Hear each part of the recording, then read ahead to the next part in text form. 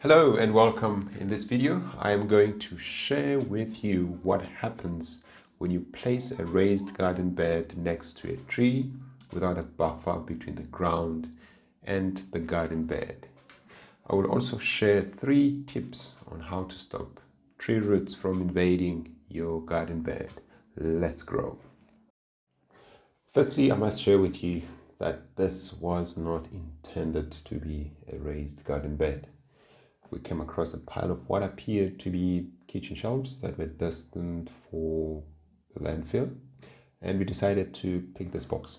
We put screws in it, placed it on the ground, added leaves and some compost. We then started planting in it. We grew tomatoes twice in it. The last lot of tomatoes are Oxheart variety, which had some issues. See the link below to that video.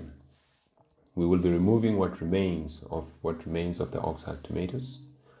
I first became suspicious of what was happening in this garden bed when I buried food scraps. The link to that video is on the description below.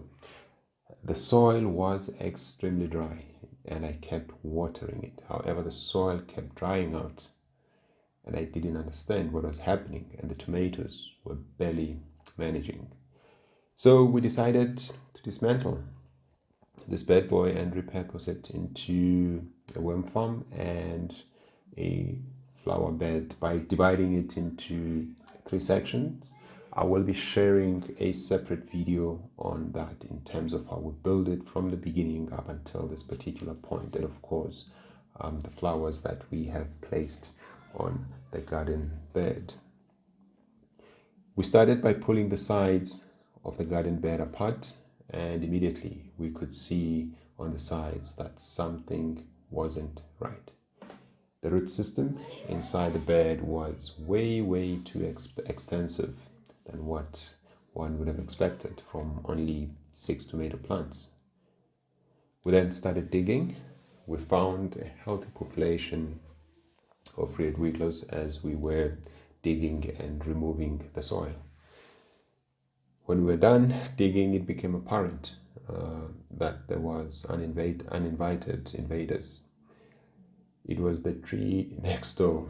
Its roots had grown directly underneath the frame of the garden bed into the garden bed. These roots sucked up tons of water and nutrients, depriving the tomatoes of valuable nutrients and moisture.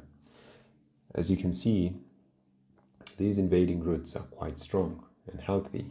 I'm struggling to pull them out. They are very strong. And yeah, they have, they've had a great time in this garden bed.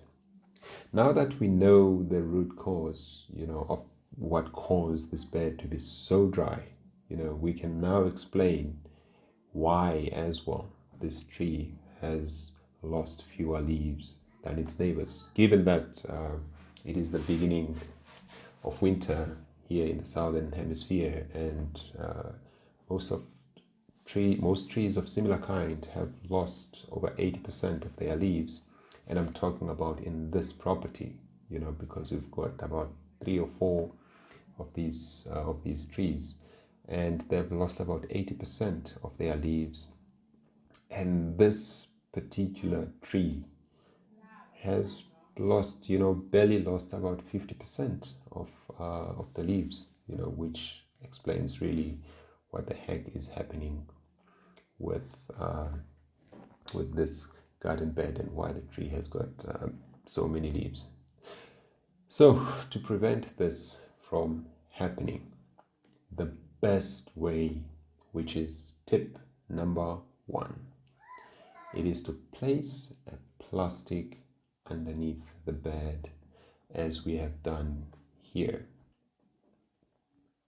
Soon in another video, I'll be sharing with you everything about this giant bed that we built a couple of months ago. So that video basically will take you from the materials we used to what is growing today. Tip number 2, use cardboard as a buffer between the ground and the base of the garden bed. We did exactly this on this garden bed. We went to pick up free cardboards from the supermarket. We layered them underneath this bed. We have done the same on the 2 garden beds next to this one. Finally, best avoid, that is tip number 3. Best avoid placing your garden beds next to trees. Or at least, consider piling up newspapers and any unwanted carbon material as your base, as your buffer. I hope you enjoyed this video, and if you have any suggestions, please leave your comments below, and thank you for watching. See you next time.